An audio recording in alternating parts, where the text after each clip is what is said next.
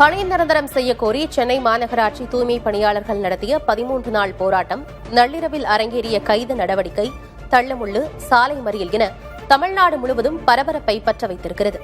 இந்த போராட்டம் தொடங்கியது முதல் நள்ளிரவு கைது வரை நடந்தவற்றை பார்க்கலாம். இன்னைக்கு எங்களை கழுத்து பிடிச்சி வெளியே தள்ளுற மாதிரி நீங்க அவர் தனியாருக்கு எங்களை வித்துட்டாரு. எங்களுக்கு எவ்வளவு கஷ்டமா இருக்குது. எங்களுக்கு நாளைக்கு என்னமா அடுத்த மாசம் என்ன சொல்லிச்சு. இப்ப ஒண்ணுமே இல்லாத எங்களை நடுத்தல நிக்க வச்சா.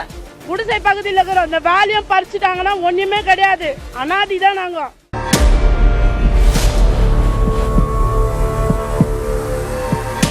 வழக்கமாக வாகனங்களின் பரபரப்பில் இருக்கும் சென்னை ரிப்பன் மாளிகைக்கு அருகே உள்ள சாலை கடந்த 13 நாட்களாக தூய்மை பணியாளர்களின் போராட்டத்தால் தவித்து போனது.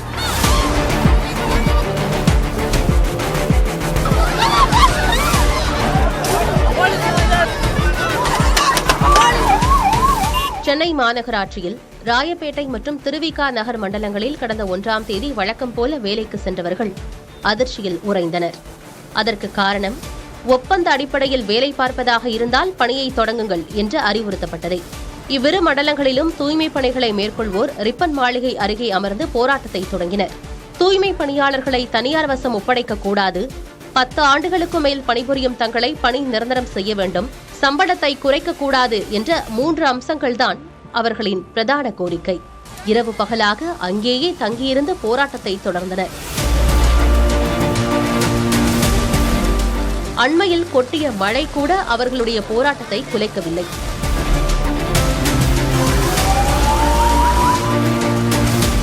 குப்பை அள்ளும் எங்களை குப்பை போல கையாளுகிறார்கள் என்று ஆவேசமடைந்தனர். நெஞ்சுறுதியோடு போராட்ட களத்திலிருந்த தொழிலாளர்களுக்கு பல்வேறு தரப்பிலிருந்தும் ஆதரவு திரண்டது.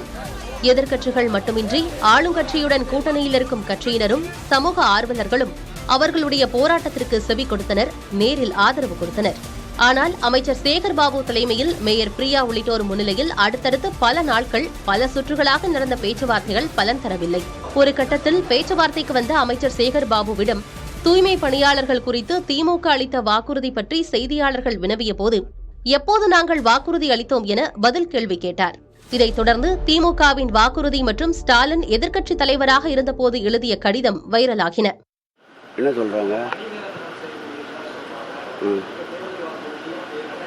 எங்க கொடுத்தோம்? கொடுங்க கொடுங்கன்றேன், கொடுங்கன்றேன், எங்க கொடுங்க,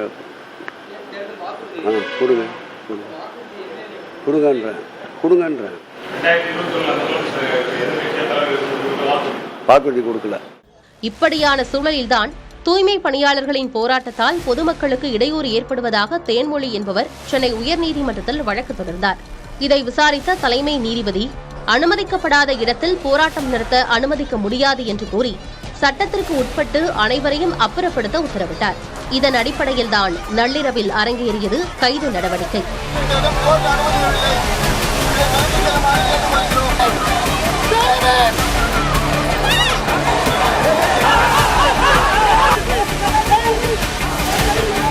கலைந்து செல்லுமாறு அறிவுறுத்தியதை தூய்மை பணியாளர்கள் ஏற்காததால் அவர்களை கைது செய்து வலுக்கட்டாயமாக தூக்கிச் சென்று வாகனத்தில் ஏற்றியது காவல்துறை.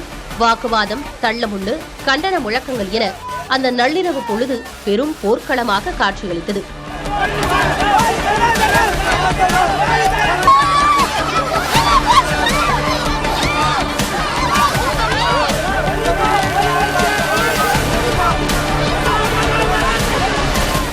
கைது செய்யப்பட்ட தூய்மை பணியாளர்கள் திருவான்மியூர், வேளச்சேரி, ஆலந்தூர் பகுதிகளில் உள்ள சமுதாய நலக்கூடத்துக்கு கொண்டு சென்றனர். வேளச்சேரிக்கு கொண்டு செல்லப்பட்டவர்கள் பேருந்திலிருந்து இறங்கி 100 அடி சாலையில் மறியலில் ஈடுபட்டனர். பணி பாதுகாப்பு என்ற நியாயமான கோரிக்கைக்கு பதில் சொல்லப்போவது நீதிமன்றமா, அரசாங்கமா என்ற கேள்வியை தூய்மை பணியாளர்களின் முன் எழுந்து நிற்கிறது.